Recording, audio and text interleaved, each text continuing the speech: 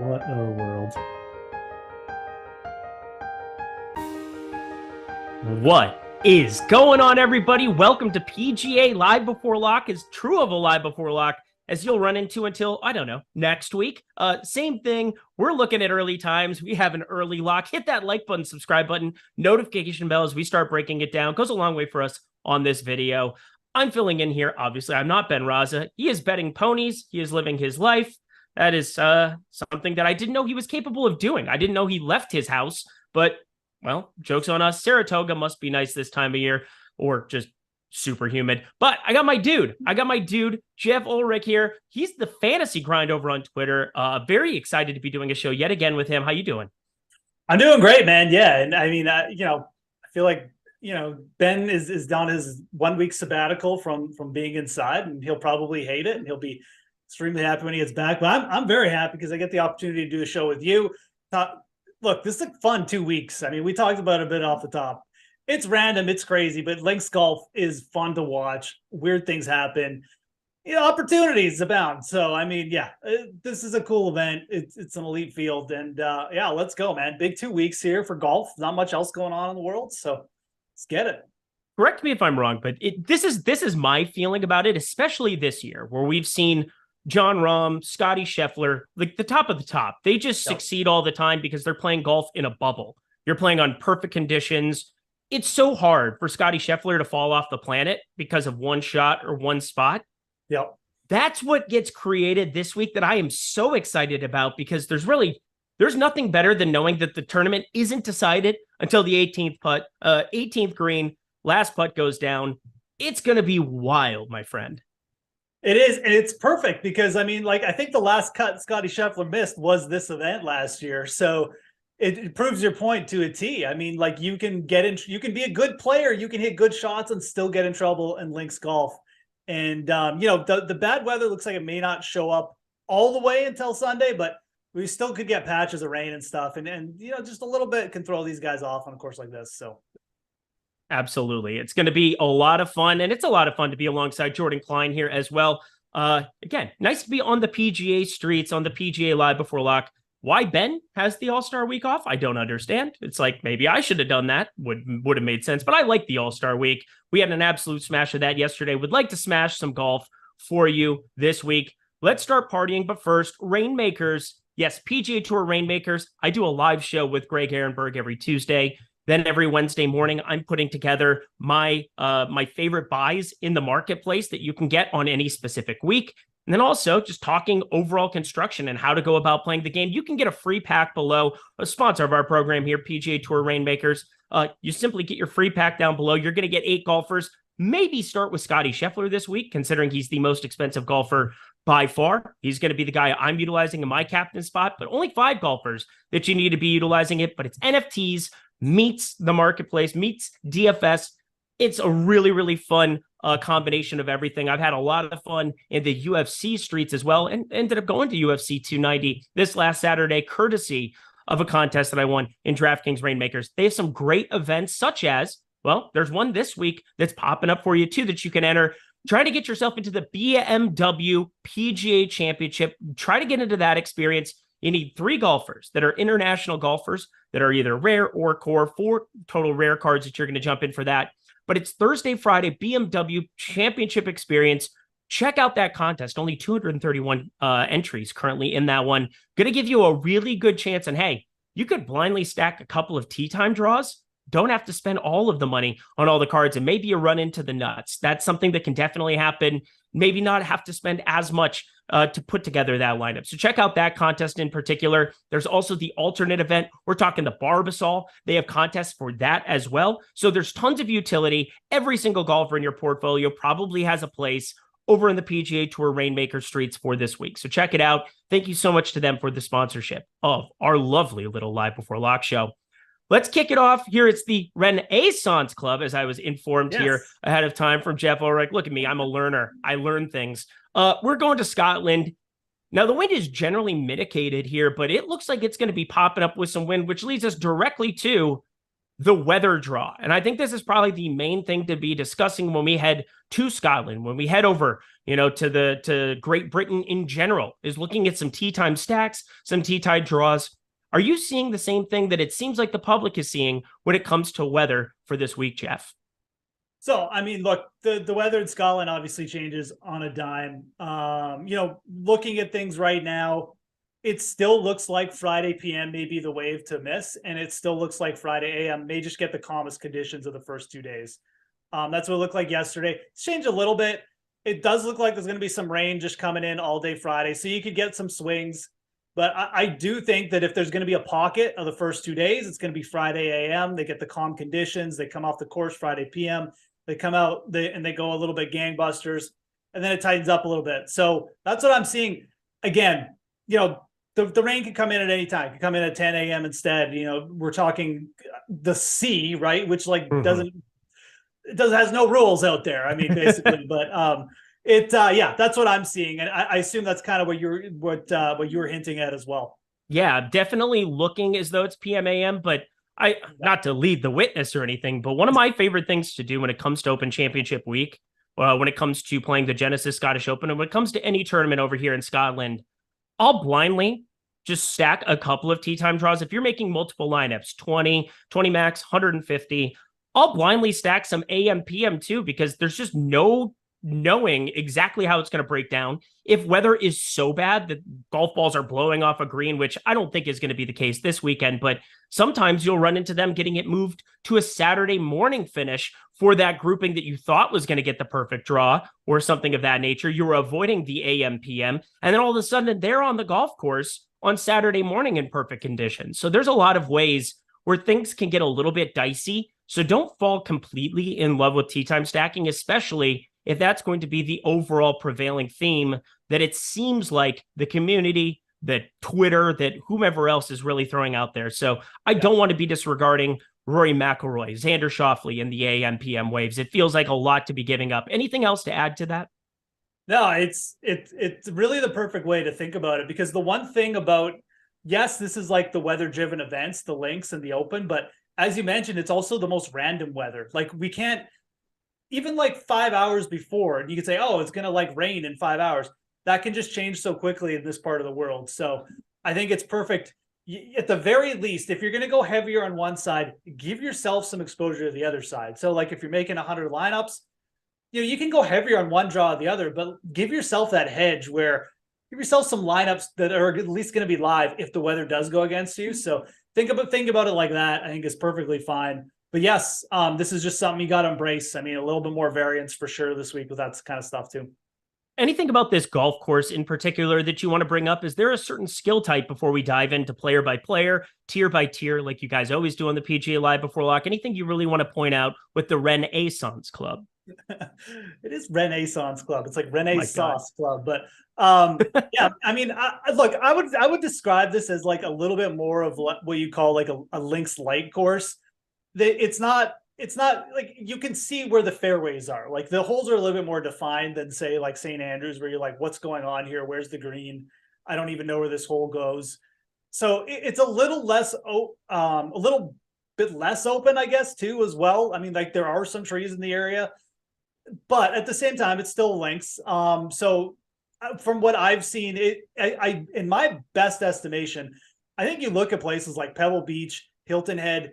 They're not, by no means are those places like exactly the same, but they're a little bit similar. I think Pebble Beach especially, and maybe like the RSM Open down in Sea Island, those are the kind of things you're getting. You're getting a coastal course, a little bit more open, but not to the point where it's, just pure, the ball is bounding all across the fairway. It's a little bit more defined than a traditional links course. It's a new links course. I mean, it's not that old. So you keep in mind, but the big thing here, I think, is just where it's located, right? Like the weather. That's what makes it play a lot like all the other Scottish courses. So I think approach play is extremely important here.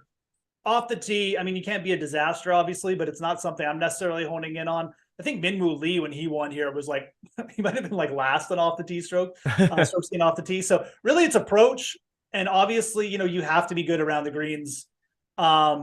at a links course. But, Xander Schauffele was like top 10 in terms of strokes gained approach last season when he won here. He was good in everything else, but it was really approach he popped. And I'm kind of treating it a little bit like that in terms of just looking at skill sets and stats and stuff like that. Love it. Let's dive in, shall we? We've got the top end of the board. 4 players sitting in the 10K range. Scotty Scheffler, who's just been on a stupid, ridiculous, inconceivable tear. Rory McIlroy probably enjoys finding himself back in Great Britain, somewhere that I think getting ready for Royal Liverpool next week. He's had some success. That's where he has a claret jug from. Xander Schauffele, Patrick Cantlay, lots of places to go. Seems as though the field, especially because of the tee time draw, is really gravitating towards Scotty Scheffler. Even at 11-6, is he somebody that you're comfortable being overweight to, or are you looking to short him this week? I mean, I think it's a good week. I mean, the tee times are throwing a little bit into the ownership and stuff like that, but I still think it's a good week to go over 10K. I mean, I think that, and I know chat kind of mentioned this right off the top, like the 9K range is ridiculously strong this week. And I think that's going to lead to a lot of balanced lineups. Fitzpatrick isn't even on my radar necessarily that hard this week, but he is in that 9K range. He's really good. Hovland, Fowler, Fleetwood. Like, I think you're going to get a lot of people stacking up there. And I think that will leave Scotty Scheffler build somewhat, lower down. I think that with the one thing with the randomness with this kind of event and with some of the specialists we have in the field, like there are guys, I mean, at the 6K range, if you get like a Matthew Southgate, if you get like, I'll go down and go to my guy, Ross Fisher, through the cut, and they come through for you on a windy Sunday. I mean, these are guys who can make moves in the bad weather. So I do think that going with like Scheffler, doubling up even over 10K, I actually really like it this week. Like, Scheffler, Cantlay, something like that, maybe Scheffler, Schauffele. But no, I think that Scotty is someone you should embrace. I mean, he missed the cut last year here. I think that'll keep the ownership down to an extent as well. But I'm in on him. I mean, he's the best approach player in the world right now. And we're at a course where, ball striking, if it gets windy, is going to be super important. So. Yeah, I feel like also the tee time, it's just going to drive up ownership, I think, even more than we have currently in the top golfers tool. Yep. Now, one of the calling cards here of Stokastic, of having membership here, of having the tools, is having that to particularly lean on. I think what you end up having for weeks like this is just accentuated ownership as you move up in stakes in such a drastic regard to that tee time stack. And I think Scheffler, you're going to run into like 35, 40, 45% because this next tier of player, everybody from 10-9 to 9,800, Matt Fitzpatrick, who I guess you're going to be shorting this week, everybody there has an AM PM draw. So where do we spend the money if we're not going to be going to Scotty Scheffler? I guess I'll ask you that. Who would be your next guy that you would want to be getting to in that next tier of golfers?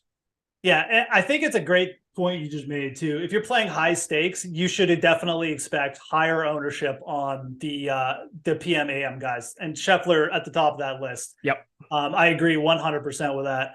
But like, let's talk about the tournament as a whole and just this range, because I mean, I really do like Patrick Cantlay this week. Like, I think this is a great spot for a guy like Cantlay. Top 5 at this event last year. You look at where he's done his best work. I mean, Pebble, Hilton Head, a tricky little coastal course for Patrick Cantlay to me is a really good opportunity. I think for him. And you know what? Like, again, and you mentioned our ownership projections. He's not in the top 5. His ownership is going to get bumped down even more because he's not in that safe draw, which we don't even know is safe. And I think that personally, like he's just a really, really good play this week. That is the player. If you're asking me a player who on that side of the draw, who do I want to go with? And just, weather be damned, it would be Cantlay. And I'll throw this out about the weather too, because we are putting right now, if you're just looking at a forecast, sure. Obviously, the PM looks a little bit better, but I'll just throw this scenario out for you. What if it rains a little bit in the morning and then it stops and the course is all of a sudden soft?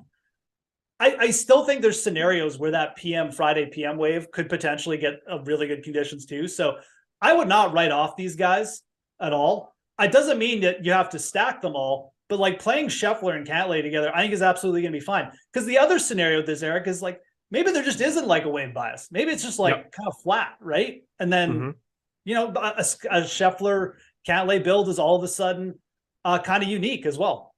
Yeah, and that's where right now my main lineup is Shoffley Fitzpatrick, and it terrifies me a little bit. But you talked a little bit about some of the course comps. Matt Fitzpatrick goes out and wins the RBC Heritage. Has always been one of the best iron players. Now, the off the tee game has been very spotty, but you brought up the Minwoo Lee comp there before, where that doesn't really matter on this golf course. He's lost strokes 3 of his last 4, but that was at a PGA Championship. You had to drive the ball in the short grass. This is the US Open, have to drive the ball in the short grass. Travelers here, you needed to drive it in the short grass. It was still 4-inch long rough there in Connecticut. So now you're getting on a golf course where I think it just sets up a little bit more wide open for a Matt Fitzpatrick. He has obviously the tools to maybe succeed in a little bit of that wind. And plus, at 9,800, I'm just getting a completely different build than a lot of these guys. I'm not sure if I'm going to be doing that in some of the large field GPPs where I want to be massively overweight to them. We'll see kind of where I finalize my thoughts. We're going to be having to run into lock here in 6 hours. But in some of these, higher stakes, or, for me, like the $100, the $33, things of that nature, I feel really comfortable trying to get away from the Scheffler PM, AM type builds and kind of just taking my chances with it. I think it's a big thing that, in terms of game theory that you have to think about in this, because again, when there's a group think with the weather, I mean, that's something I'm willing to fade. Yeah. I mean, I think when there's a group think where, this guy sets up perfectly, he's playing well, it's just it's a regular course on the PGA. That's fine. I don't mind getting on those and maybe going with the general consensus, but like, group thinks about weather dangerous, man. I mean, like no one's a meteorologist. This stuff, as I mentioned, changes on a dime. So I'm with you there. I like Scotty Scheffler this week, and I almost wish he was in the other wave so that he was the one, like you said, getting shorted, but he's not.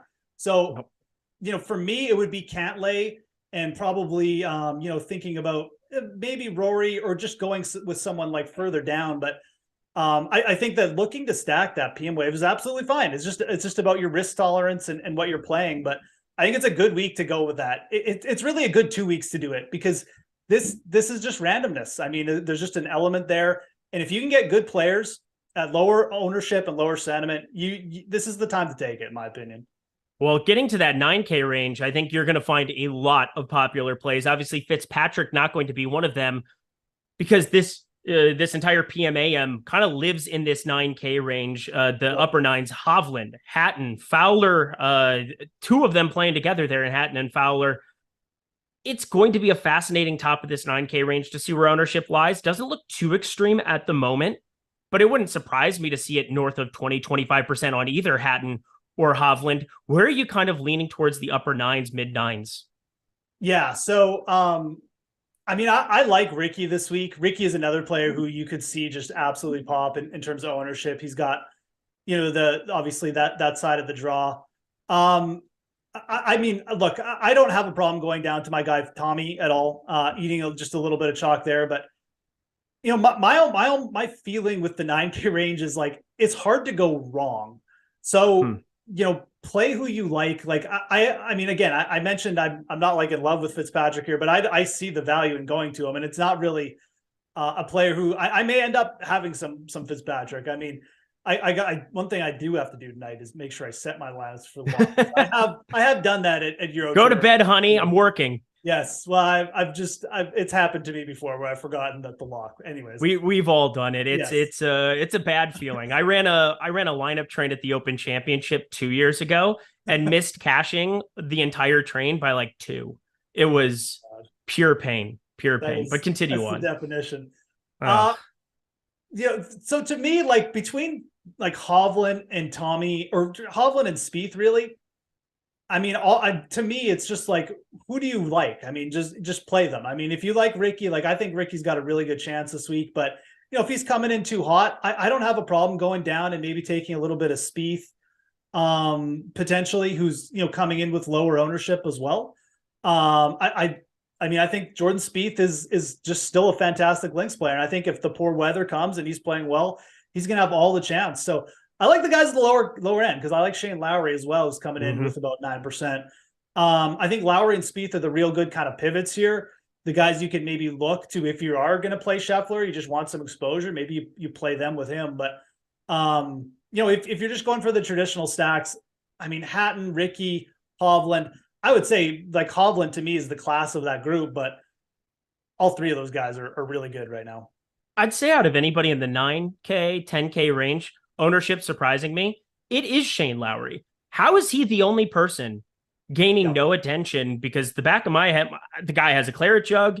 We're starting to see some better form out of him in recent weeks. Has a 19th at the Travelers. The irons have been like just flat out sublime all season long, gaining 3.2 over his last 5 tournaments. We're talking 2.7 over the course of this entire PGA Tour season. I'm very surprised that we're not getting more ownership. If he's going to be the lowest owned of this group, he also is in that PM AM wave, and maybe we're not giving him the steam that he deserves. But I'm completely with you. I think relative to ownership, my favorite play, 9K, 10K, has to be Shane Lowry, Yeah, it is. And I actually forgot he was, because his ownership was so low, I forgot he was playing with Scotty Scheffler the first 2 Yeah. days. So it almost makes less sense, doesn't it? Because it would be like the natural guy to pair with Scheffler. But no, I'm completely with you. I mean, Shane Lowry may even be a guy I just add to my card tonight, as you said before the lock. So we'll see. Yeah, it seems like people seem to be getting on Wyndham Clark over Lowry. I get it. I mean, Wyndham Clark is on a heater right now, but at the same time, like we're moving, like this is Shane Lowry's house kind of thing. Like this is his wheelhouse. So I would not be afraid to get on that lower ownership. That is a player who's in the good side of the draw.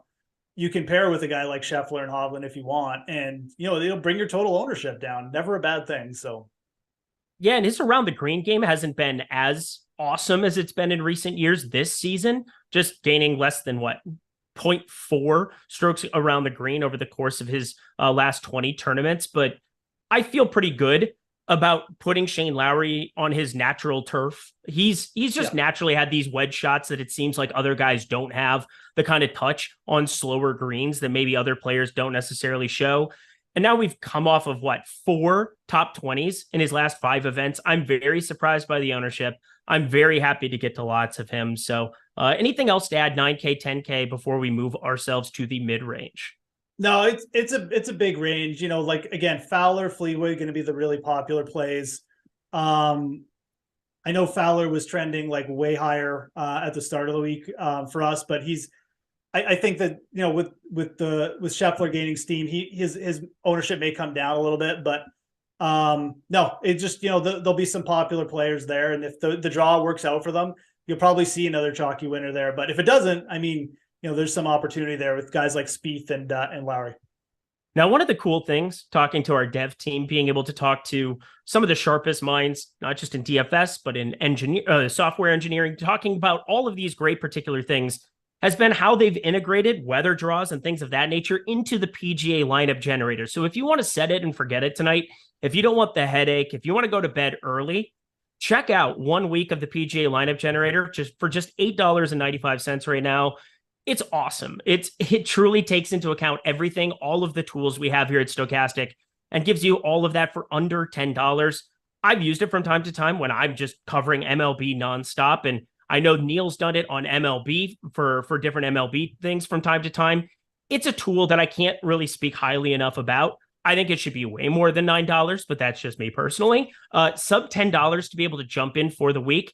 See how much it just truly gives you ideas of what lineups you should be looking at, and you can maybe hand build a couple around those as well. So this tool, for being $8.95 a week, less than $10 to be able to really know who the best players are in our projections as they show up routinely in the PGA lineup generator, is worth its weight in, maybe not gold, but at least I can't think of it. Maybe silver. We can go with silver. That would have been that was silver's great. Default answer, but it is what it is. You can lock in a player based on projection. Look at that. We got Jordan Klein building lineups here instantly. You can save up to 20 of those. It's super easy to swap. If there's one player you want from a weather draw to move into those, you can simply save those lineups, put them in, remove players. It's such an easy tool to utilize. And so, hey, if you're not looking at the PGA Sims, if you're not looking at other things like the Top Golfers tool, if you want to look at a low entry price to check out our tools and content, may I recommend the PGA lineup generator? Really cool stuff by our team with this. All right, to the 8K. Ben and I always bring up too. Sorry, with the lineup generators. Cut you off. It's You're a good way to reverse engineer. Is all I was going to say. Like you can look at Scheffler lineups and what they may look like, right, and what they put out. So, good thing to do this week. You won this event 5 years ago? Who did? Is that what you said? No, Rafa won this event. Oh, got it. Yeah. I thought you did, as in like GPP, and then I didn't read the Rafa Cabrera. I mean, if it was a Scottish Open Euro GPP, it was probably worth like $100 for first. So, just even hearing his name and know he's got a golden, beautiful tan, I kind of want to click the name. When you see Rafa, you want to click him because he's in phenomenal shape, and he's just like looks like he's going to shoot 63 every day. Yeah, but now I'm sure he's just slaying and living his life. I would do that. To the 8K range we go. Min Woo Lee, somebody that I generally would like a lot on this golf course. He's not in the good weather draw. Maybe I won't care. We've got Max Homa, not really garnering the ownership you might expect. But again, PMAM, I'm going to bring that up throughout this show because I think it actually matters. Justin Rose, Sung Jae Yim, upper eights. Who kind of catches your eye? Yeah, I kind of like Homa, man. I mean, hitting it well. It seems like the ball striking came back the last time we were out. Max Homa is another player you could kind of look to for some of these like linksy correlated courses. Torrey Pines, right off the coast. I think Homa popping here makes some sense. Really, 8,800 for Max Homa. Again, I know like Wyndham Clark is the guy on the uprise right now. I like Min Woo Lee too. He's just cool. He's got a cool name. He's got the shades, Instagram, all this stuff. His game is fun too. He gains like 8 strokes putting every now and then. But Max Homa seems to be getting a little bit disregarded all of a sudden. He was like the poster boy. He was the fun guy everyone wanted to roster at the start of the year, and he seems to be coming back. So I think Homa's a pretty good target this week. I really don't have a problem with Min Woo Lee either. And again, it just comes down to your tolerance. I wouldn't be making like a huge priority from him, but if I was making a contrarian build against the PMAM draw, yeah, I would consider him. Yeah, Min Woo Lee, 5th at the US Open, 9th at the Travelers. The around the green putting has actually been a highlight for him of late. And I always think of him being the off the tee master because he mashes it 350 with a driver. Probably doesn't need to hit driver, and he's going to hit it 300 every time with that 2-iron stinger he hit at Sawgrass all the time. Getting some rollout here in some of these spots. I know he's lost massive amount of shots with the irons from time to time, but I think the around the green game, if he's going to gain 4.5 from time to time, even if it gets windy, I got to think he's probably one of the more likely guys to succeed in that kind of crap. I do too. Min Woo Lee is a former winner of this event, obviously. So he knows what he's doing. But I think that the top the top two guys they're quality players. Homa, Lee, I don't even know much else what we have to say, but I think where it gets interesting is after you go down after them. Like, what's your feeling on Justin Rose at 8,700? It feels like an expensive price, but playing well. Justin Rose, clicking on his name always feels painful to me. And I don't know why, because he's one of the most consistent golfers over the course of the last 2 decades, really, since he emerged at the Open Championship in pretty resounding fashion as an amateur. I don't know what it is about him that I just haven't been all that intrigued with this entire season. He is coming off of a good performance at the British Masters. He got overseas early, wanted to play a lead-up event. He's been in Great Britain now for 2 weeks already. Maybe some of the travel stuff of guys coming from the John Deere or, some other guys. I know Ricky Fowler and Justin Rose were living it up at Wimbledon, but obviously he's locked in. He's ready to go. He knows that he's got a tight window if he wants to get an Open Championship. I would think that that's one of his major goals in life, is to try to get a claret jug. You got the RBC Canadian Open, played pretty well there. The US Open, he had one bad round of golf. It's really his only bad round of golf he's played for a long, long time, pretty much all season long. I think it's the only time he shot over 73 all year. I'm not sure what to do with him. I'm not the biggest click on Justin Rose fan. He's in the favorable tee time draw, but I think that just makes him more prone to being steamed up. Yeah, agreed. I am actually interested in him for next week as well. You kind of laid out exactly my argument for him.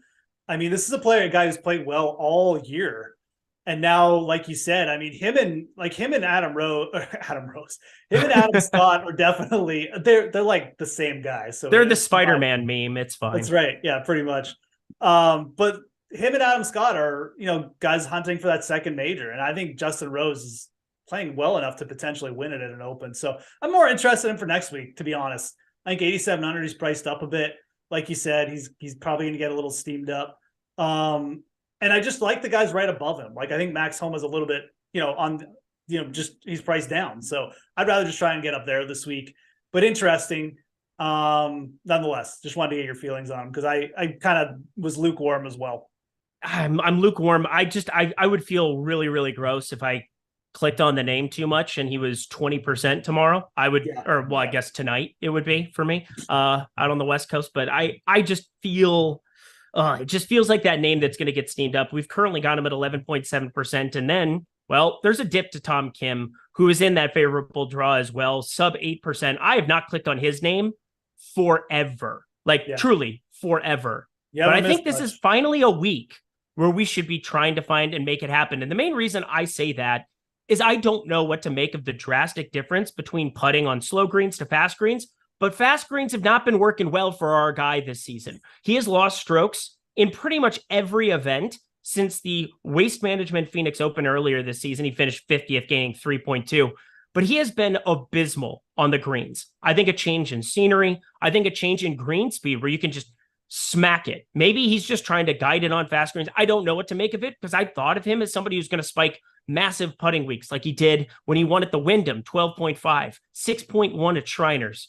I'm happy to see him on different surfaces because the irons, well, those have been good all season long. And that's not what I expected from him when he, emerged onto the PGA Tour, got really hot with them towards the tail end of last year. But are you interested in Tom Kim sub 8%? Because I surely am.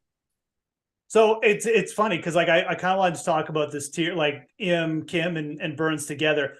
Sung Jae is a guy I'm just going to wait for. Like, I'm just not interested. It's just the upside doesn't seem there. I definitely think that if you're going to take a shot with a guy in this range, for me, it would probably be Tom Kim too. The ownership is there. It's just the pure upside with him. Like you said, basically, if the putter shows up, you're probably gonna get top 10. Like, he's hitting it well. It's just he's having these dips in putting, and it's just affecting him. He's basically getting one bad round, and it's caused him to miss a couple cuts. But I don't think he's playing poorly. And he certainly played well at this event last year too. And I think that the course setup, you talk about Sedgefield where he won the Shriners. I think this is a little bit comparable at the very least. So yeah, no, I think Tom Kim is another guy. You're looking for a slightly contrarian build, a guy no one's using. I would prefer him in this range over just about anyone. I think Justin Thomas has a lot of similar arguments, but I think Tom Kim is definitely in that ball too. Let's dive into Justin Thomas. He's 8,300. Justin Thomas is 8,300. Just think about that, everybody. I know he's been brought up on every show under the sun all week long. You've heard, oh my God, you've seen the screenshots on Twitter. You've seen all of it. I have to blindly place him Justin Thomas this week too. It's very strange because I haven't clicked on him or Tom Kim's name all year.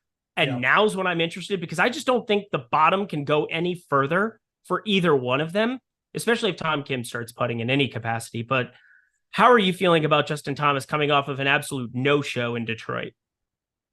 I mean, see, the thing is, like, he no-showed in Detroit, but he was certainly there in Hartford, right? Yep. And I mean, players that come to Detroit and just, taking the week off before, it's kind of a birdie fest if you don't get going right away. Thomas had some gas around the greens. I'm fine with it, man. I mean, absolutely fine with it. Like you said, he's 8,300. He's not going to be super highly owned. You can get him at 50-1 in the betting market. I would just get some exposure. I mean, it doesn't even really matter how you do it. I mean, Justin Thomas, he's fine in the wind. The ball striking's been fine. Like two events ago, he was gaining 7 strokes. I mean, he had a bad couple rounds. I know that's kind of been the story of his season, but I think that the fact that we saw him have an elite start two starts ago should be bullish. I mean, I think it's a little bit of an overreaction, to be honest, just from 2 rounds. I do too. And missed the cut in 3 of his last 4. It has not been fun. It has not been good overall. It generally has just been a putter that's been non-existent. Even at the Travelers, finishes top 10 losing strokes on the green, 1.3 that he lost there. I'm going to be blindly playing some Justin Thomas at this kind of a number. Very curious to see where DraftKings drops his salary for next week because well, we're going to have conversations about it. I can guarantee you that. Or you and Ben will on PGA Live Before Lock. We'll get our guy back here for everybody here. But let's close out this range. You had brought up Adam Scott, everybody's new flavor of the week. Ludwig Aberg, who's very good at golf. I'm not going to besmirch that. Corey Connors, anything to round out the AKs you want to point out? No, I mean, I like Adam Scott. I mean, another player I think that, again, to me, the difference between Adam Scott and Justin Rose is big enough to justify $600 difference. So I just play Adam Scott. The ownership's going to be a little bit higher, obviously, on Scotty, but not a huge deal. I think Aberg, I think it's probably a good spot to fade, to be honest. I don't really have any fear this week. I mean, the power gets de-emphasized a little bit. It's a random course. I mean, people are just going to play him blindly. I get that. But yeah, I mean, look, I like you. I mean, super uber talented player. I wouldn't even be shocked if he won this week. I just feel like if he's going to get, heated up a little bit, it's an okay spot to come off. And it's probably fine just to stay on him too. I mean, he's going to make a ton of birdies, but my play in this range would be Scott. Just a fantastic links player. Will be able to handle the weather if he gets himself in position. I just feel like Adam Scott is grinding hard for a win. And I think this almost makes a logical spot for him to come. I don't know if he even get the major again, but grabbing a Scottish Open, I could see that. So yeah, I like Scott. I like Corey Connors down here. I think that they both make sense. I think that's kind of where the upper eights, they're kind of falling away for me outside of Minwoo, outside of Homa. I'm getting to the Tom Kim 8,500. But then it's just turning into JT, Scott, Connors, lower eights. I have a lot of exposure to these guys, mainly because if you get to Scheffler, it limits the kind of builds you're going to run into, especially if people are going to go very heavy PMAM. I think you kind of know the normies that are going to be clicking on the same names over and over. It's going to make a lot of sense. I have no problem with it if you're going to do it in cash, if you're going to do it in small field, but just know the ownership's going to be there in bulk. I don't think it's ever going to really get there on an Adam Scott at this stage of his career, more so than there's no way that I could see Adam Scott getting over 15-16%. I could see that for some of the other players in this range. Corey Connors, definitely not going to run into that same issue too. And if you're going to run into Ludwig getting steamed up here this week, he's in the same range as far more proven tour pros. I like the talent. I've been very bullish on him. Bet him last week at the John Deere. Fortunately, also bet Sepp Straka, so life was good. But Aberg, complete zero for me this week. So congratulations on the W, Ludwig. Let's go to the 7K range. Anything else? No, absolutely. Let's go there. We did forget to mention that. Yeah, you put out Sepp Straka into the stratosphere. You didn't even mention it. Well, look at you. How humble. 55. Well, 55 to 1. I'm filling in for the master. I'm filling in for Ben. I'm trying to stay humble, stay in my MLB lane. That's what I do here. But golf is my love. I played Division I college golf at Iowa State once upon a time, many moons ago. If I could putt, I wouldn't be here right now, so that'd be cool. But such is life. We're gonna figure that thing out. I'm gonna get back out there in my 40s for sure. I'll grind and find some W's, hopefully. God. Also, I've had to play guys like Sahith Theegala out here, and it's a disaster. So it is what it is. Upper sevens on that happy note. Alex Smalley, Aaron Rye, Whiskey Rye, please.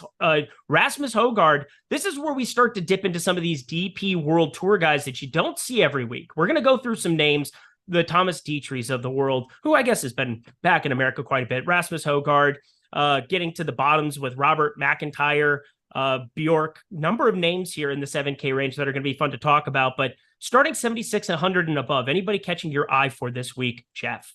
Yeah, no, absolutely. I think Lucas Herbert is pretty interesting. I mean, you talk about a guy who can handle himself off the tee a little, and just can get red hot with the putter and like the short irons. I mean, 15 under at the Travelers in the last start. I think Herbert's a good play this week. I mean, he's the kind of player who just can definitely pop up in a random event like this. I think from a pure talent standpoint, like you could I know a couple guys in the chat asking me about Højgaard. I mean, Rasmus Højgaard's extremely good, coming off a win. Both of the Højgaards are playing better again, man. He won something called the Made in Himmerland. I'm not going to give him a pat on the back for that. I'm just throwing it out there. Yeah, I mean, he did it's a DP World Made in Himmerland. That's the name of the golf tournament. Is Himmerland like a place? Do you know what Himmerland is? I'm going to look it up. I just saw that tournament name earlier and I had to know. It is in Denmark. So, I mean, he went there, the Himmerland Golf and Spa Resort. So, cool. Good for them. What a weird event. I'm looking at some of the other names. Hey, Bjork did finish top 5 there. Yeah, that's a name I keep clicking on, and I'm really not okay with myself. Robert McIntyre, top 5. Yeah, this is going to be just kind of foreshadowing of the things I'm going to do. So it is what it is. Yeah, Bjork looks like he's going to be a little bit of the popular pick in that range. Obviously, we're talking about the upper K at 7Ks, but yeah, I mean, Herbert is another. I mean, I think Aaron Rye will get a lot of ownership here, but Aaron Rye makes sense. He's won here before, so just realize that we're under 8K now. These players aren't as good, so I always am wary of riding the chalk in this range. I think Herbert is actually a really nice pivot from Aaron Rye. I think Hogart is fine to play on just the talent basis alone. I wouldn't even care about the ownership on a guy like that, just because I think he's good enough to give a pass to in that regard. And then you get, a little bit further down, like Figala's 76. Saw some people throwing out Brian Harmon for some reason. Who's playing well. He's playing well, but I'm so with you. This guy is so tilting. He's just tilted my whole life. He won the US Junior Am I played when I was like 15. This name has been around forever, and he is literally half my height. He is like 5'6", and I could eat him. It is so annoying that he is so good. And like, even then he was so cocky, and he's just flat out good at golf. But now, I mean, thank God he's not actually in like the good weather draw, so I can't get completely burned by him, I hope. But I can't click it. I can't do it. Look, you have options down here. I mean, like Brian Harmon is playing well, but I don't know necessarily in a Lynx course. Like Brian Harmon to me screams a guy who just wants the kind of regular PGA Tour setup. So that's just my take on him. It's got no data behind it, just my take, but I would probably rather take a shot, maybe going down to Detry or Ryan Fox. I think Ryan Fox is a really quality player. He's played extremely well in this part of the world before too. Seamus Power is a guy I wrote up for first round leader bets. Seamus Power played well last week. That is really the name that I would have the most interest in, probably. But again, I mean, nothing against Harmon. Just obviously Eric and I just not our cup of tea. Not our cup of tea. You know who is though this week? Gary Woodland. Oh no. I am so far into the Gary Woodland hole. It's unbelievable. And I think I can crawl myself out this week. We're talking him and Tom Kim. If you're going to play them together, you're getting good iron play. Like, you're just going to get good iron play. He's been positive off the tee in every single event all year long. We're talking every single one. He's been positive. Now he started spiking the irons in a massive way. 4, 6.1, 5.4, 6.7 in 4 of his last 6 events. But the putter is broken. It's just gone, completely kaput.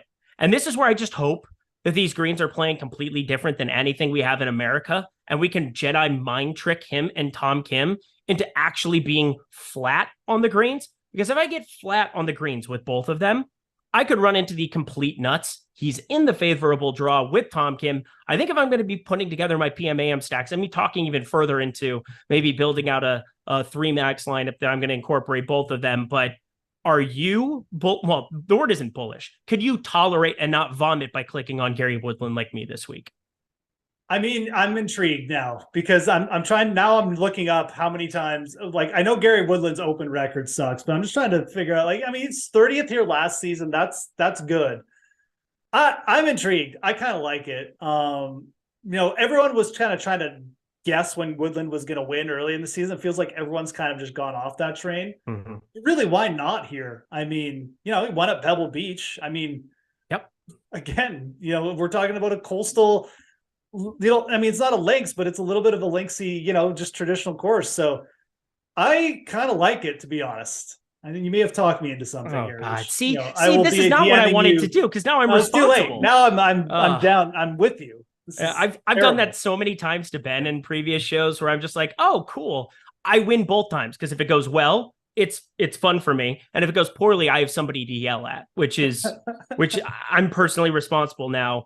But if he goes off, and again, Gary Woodland, yes, US Open champion. I hope you've seen his YouTube videos hitting Stinger 2 irons. It's a lot of fun.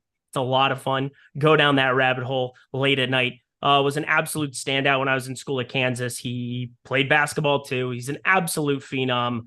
But yeah, I'm waiting for that putter to rebound. Why not on slower greens? Just mix up everything with him and Tom Kim, because I know I'm getting the iron play.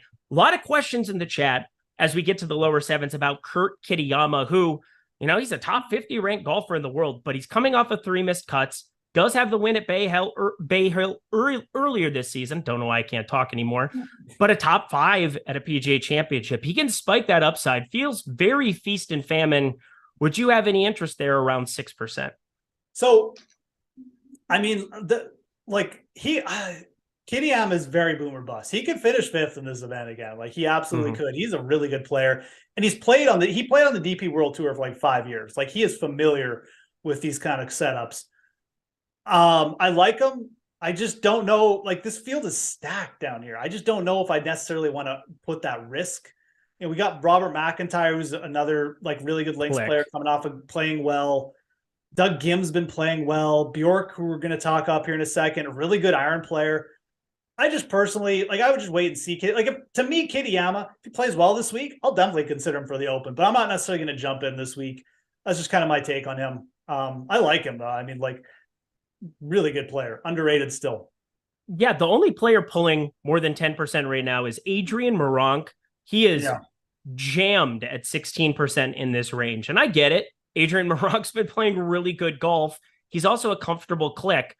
But at 9.7%, I'm getting who I believe is the much better links golfer in Robert McIntyre. That's a pretty easy talk for me to be able to jump right to him there. He has an 8th at an Open Championship 2 years ago, 34th at the Open last year, missed the cut in this event last year. So that doesn't exactly put good vibes in the back of your head.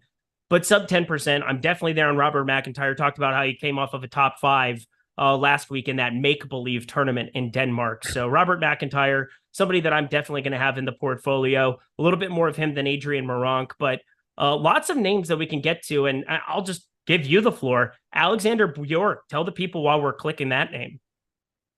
I mean, Bjork is just a solid player. I mean, he's and I think that the other thing about him is, again, like you look at setups, I mean, Bjork's missed, I think he's played in 6 major championships and like a couple PGAs. He's never made a cut.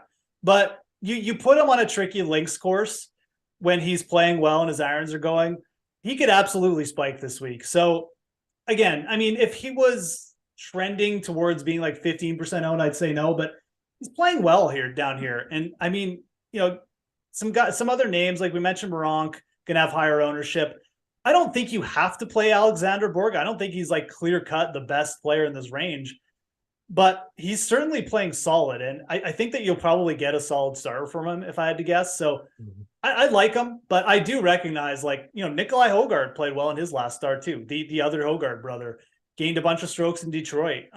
Certainly should be happy, seeing his brother play well. Putnam's down here who could just, Putnam his way to like a good finish as well. I mean, he's played well most of the sorry, I had to do that. But he's played well most of the season too. So there's options. I think Bjork or Meronk are probably the safest, and I think Bjork will come in a little bit lower owned, which gives him a little bit of edge to me. But last guy for me, Alex Noren, I'm going to have a lot of this week. 7,200, just been around the block more than once. Favorable tee time draw, playing PM AM, not gaining a ton of steam. I love seeing that in this range, 7% right now. We have him pretty flat in the top golfers tool. He's got a tiny bit of negative leverage, but you compare that to a Benny on, tons of negative leverage. And Adrian Meronk, tons and tons of negative leverage. Even going up to like a Robert McIntyre, who I do like and will have, he's got negative leverage in bulk. So I think getting to some Alex Noren, the putter, you can just always get that really, really hot week with him. He was known as one of the best putters on the DP World Tour, the former European Tour once upon a time. Haven't necessarily seen that week in, week out on the PGA Tour in the States. Now, the off the tee game's been just purely abysmal all year long, but if we're going to say that this is going to be more forgiving in that right, you get to hit more of those 2 irons. The irons have been positive in 3 straight, and he's always going to be good around the green. So Alexander Noren, my last real buy that I have down here. Round out the range, though. Anything else you want to highlight? I'm 100% in lockstep with you on Alex Noren. I've been trying to hit the Alex Noren outright I mean, I did hit it one, but it was like the French Open or something in 2016. So yeah, and he's doesn't like really count 18 to 1 anymore. or something. Yeah, Yeah. exactly. So, but yeah, this just feels like a really good week for Noren for a lot of reasons that you just laid out. I'm with you there. I mean, Thorbjorn Olsen's a really good player. He is extremely streaky. I don't know if he needs to click him, but he's played pretty well this year. Really up and down. I know he missed the cut last week, but he was third like a 5 starts ago. He won Thailand in February. It's not out of the realm of possibility, but I mean, I think Noren won't be that heavily owned that you need to get that crazy. And then under him, it kind of just gets, I mean, it gets wild. Let's just be honest. Yeah. Let's go to the creative players. It's going to be fun. It is kind of the creative players. Yeah. Let's go make cases for guys like Matt Wallace and Billy Horschel and things like those have name recognition, but then Landgasque, yeah, we're gonna get into all of the fixings here. But first, hit that like button for us. Again, getting to fill in here for the guy Ben Raza, the man, the myth, the legend. He's betting the ponies. He's having a good time, but I'm having a good time too. Able to hang out with my guy Jeff. If you enjoy this information, if you enjoy us talking through this tournament for you, just smash that like button. That is really all that we ask. Thank you, Jordan Klein, throwing it in the chat for the people. He is there. He disappeared on our screen. I never know what he's doing. Where'd you go? It's fine. We're going sub 7K, friends, and let's get dicey, shall we? Not a ton of ownership that anybody's going to be pulling here, but if you want to get different and you want to get away from all of those lineups that are playing Scotty Scheffler, you got to get sub K in a couple of them, I think, in large field tournaments. Well, you don't have to, but I would like to if I could. Can we make a case for anybody in this 6K range? Best available, go. I mean, look, how much time do you have? I mean, I think this is a perfect kind of week. Again, link style course. A lot of these guys are going to get bumps. Daniel Hiller at 6,900 has been on a tear of late. Just won the Betfred Masters like 2 weeks ago. He's third the week before that. I think just playing Hiller just based on the form is absolutely fine. But you mentioned Landgasque. He used to be a top amateur. He's been playing extremely consistent golf. I don't think either of those players are necessarily names that I would shy away from. You can just make the case that you should play Billy Horschel there too. So 6,900, absolutely fine. But like, we can get way deeper than this, man. Oh yeah. I mean, one of my favorite plays, again, if you want someone who's probably going to be about, I'm just going to check what our projections have on that quickly. He's going to be about 1% owned. Matthew Southgate at 6,700. Oh, closed the tournament at 61 last week in Himmerland and just about shot of 59. But this guy, the thing about Southgate is he is an extremely good links player. He's got 2 top 15 finishes in the Open Championship. He's had a bunch of finishes at the Dunhill. Southgate can play on courses like this. And I mean, I think he's just a really fantastic tournament punt.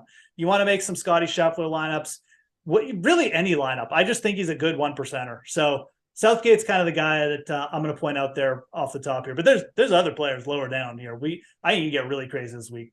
Yeah, I think you can get crazy with a Callum Tarren. I think you can get crazy with a Will Gordon. I think you can get crazy, not with a Luke List. Would never recommend such things. Although worked out 1 week, all it needed to work out over there at Old Torrey Pines last year. But there's a number of names here. I think the one I want to highlight, though, we talked about him a little bit pre-show. Jamie Donaldson. Now, you could put him and Harry Hall into the I don't know whose category because they both used to wear funky hats. Jamie Donaldson, he's more of a square now at this point in time, wears the regular hats and things of that nature. But he has a 6th at this event from last season, and he's traditionally been a guy that he just randomly spikes in golf tournaments and has for like the last decade. I think there's just a familiarity he has playing in Great Britain, familiarity with links golf. I think all of those things kind of come together to just at least have interest there. He has an 8th at the Players on a resume, a 6th at a Honda. He's a player that, yes, he's far from the form he used to have, but even as recently as last season, we've seen it on this exact track, 6,400. I think you could do crazier things than click on Jamie Donaldson. You could definitely do crazier things and click on Ross Fisher instead of Jamie Donaldson. That's your guy this week. Ross Fisher. Yeah, absolutely. Is it 2011? Much like Jamie Donaldson, though, Ross Fisher Yeah. is kind of the same. He just pops up every now and then. His game has come back this year. So good legs player, same kind of basket of player as Jamie Donaldson. I think both those guys are viable this week. I really do. Someone throw out Grant Forrest, who's played well this year. Connor Sims down there at 6,400. If you want to go for the Scottish narratives, those guys have not played poorly. Someone, again, Rafa is down here, Rafa Cabrera Bale. I think I would rather get to Fisher or Donaldson. I think there's probably a better upside there. Same. Rafa just hasn't been doing much. And I mean, again, like I mentioned, it's funny because we've been talking about Troy Merritt the last 3 weeks. Yep. We talked about him for the Detroit because he had the great course history and hadn't made a cut. And then he finished T17. Everyone's like, of course he did. And I just threw it out last week. I'm like, we should just keep playing him to see if this lasts. He finished T17 again. I'm going to throw it out there again. Just keep playing Troy Merritt one more week here at 6,200. Why not? Elite putter. If he's just not a disaster off the tee, he's probably going to be okay here. So I think Merritt down there merits a little bit of interest, to be honest. There's really no one else I love down here either. So if you do need to get down here and you don't necessarily have to, I would just, play Troy Merritt one more week. CT Pan. Yeah. I mean, these are the kind of things that I can do. That guy's so random. I hate CT Pan. He plays well for 1 week and he sucks me in and then he just screws off. Is what it is. Is what it is. I was going to say, he's not even popping up for me anymore, but I know that I talked about him the other day. There it is. Yeah, 6,900. I'm happy to get to some. Talked about just he's spiking these random weeks. 4th at the AT&T Byron, 3rd at the RBC Canadian. That's upside, friends. He can do that from time to time. He's just annoying the other times. So you know what you're running into. Sub 7K. Going to be some high volatility, but definitely worth it, especially getting to Scotty Scheffler and things of that nature. But let's get ourselves to building some lineups. We got a couple of minutes left here in our show. We'll round it out with some hot takes as we finish things off, but let's build ourselves a nice single entry lineup. And before we even start, do we want a tee time stack with this build? I don't know. What are you feeling? I mean, what do you think? Because I mean, you kind of have to be on the same page with this if we're going to. I say what we do is we go to like a 5-1 or a 4-2 in either direction, whatever you want. We don't have to go full 6. Okay. Let's do I close my tee times? God damn. Why don't you start? Okay. That's okay. I can literally cover for you if you need some help for things. We'll just start with this. You pick a golfer, you get this thing rolling, and let's get it rolling. Patrick Cantlay. All right, click. So we're going to be going AM, PM to just get completely different because weather, it has no God. It truly is just going to show up and be random as hell. And if everybody's going to go PM, AM, I'm going to find ways to get different. I'm happy with it. I will skip the Matt Fitzpatrick so that we have a little bit more money to spend on some things, even though just want you all to know that is somebody I'm very, very interested in. Shane Lowry, sub 10%. We're both interested. Links Golf, kind of his calling card. I am there for it. Yeah, I love it, man. And again, it doesn't have to be, like you said, when you're stacking, making tee time stacks, does not have to be 6-0 or anything like that. We're going to go 4-2. Now we've started one in the AM, PM, one in the PM, AM. So I'm leaving it up to you to decide where we end up going. Okay. Yeah, no, I'll try and bring it back to the other side since we got to go a little bit heavier there. I'm going to throw another player I like in there, and that's going to be Lucas Herbert at 7,700. I think Aaron Rye is going to soak up a ton of ownership. I think people will get up the Connors. I think Herbert will be nice, low owned, and it'll stop us from having to play Brian Harmon. Justin Thomas is 8,300. Oh boy. I just have to say it again. Justin Thomas is 8,300. Click. 7,350 left. This is going to get really, really funky. 7,350. Okay, yeah. I mean, this is just, we can take this however we want here. We could go deep and then try and get back up to like a Connors or a Scott, which I actually don't hate doing. But okay. I mean, I kind of feel like it's that kind of week where you almost force yourself to have to try and play a random guy from down there. But the other route we can take here is simply to play Alex Bjork and double dip in this range where we mentioned there's some pretty popular ways. You know what? I'm going to throw Noren in because we both like Noren. Noren. Yep. Let's get Alex Noren in. All right. We're going to click on Noren. Let's do that. 7,200 leaves us 7,500. Now we could go to our guy McIntyre. We could get ourselves to, the Bjork play. I think leaving some money on the table is just fine there. I'm sad because we're 100 away from Gary Woodland, who's going to be a big part of my builds this week. But to bring it all home, Seamus Power, that's an AM PM tee time right there. So we've got 4 AMs, 2 PMs. Just because you're tee time stacking, again, it doesn't mean you have to go full 6-0. A lot of people are going to go full 6-0 PM AM. You should just be prepared for stuff like that. But let's just get a little bit funky, get some exposure to multiple spots, but primarily looking AM, PM, and just hope, I don't know, maybe it gets so bad there that they have a Saturday morning, beautiful little tee off. It's not going to happen, but we can always dream. We can always dream. That does it for single entry, my friends, throwing something together for you, talking through some of the golfers that we wanted to highlight. Hot takes on the door. Let's do it. Do you have a hot take for me this week, Geoff, as we leave? Oh boy. I mean, I usually I'm full of them, but I mean, I'm just going to go pretty simple here. I mean, I think Patrick Cantlay is going to get his first win of the season. I think this is just a dude who's been striking the ball extremely well, and I think he sets up well for this course. So, I'll throw out a Matthew Southgate top 10, but into the mix just to really mess with people's minds. But I'm going to just pick Patrick Cantlay to get the win. I'm going to pick Ricky Fowler to miss the cut.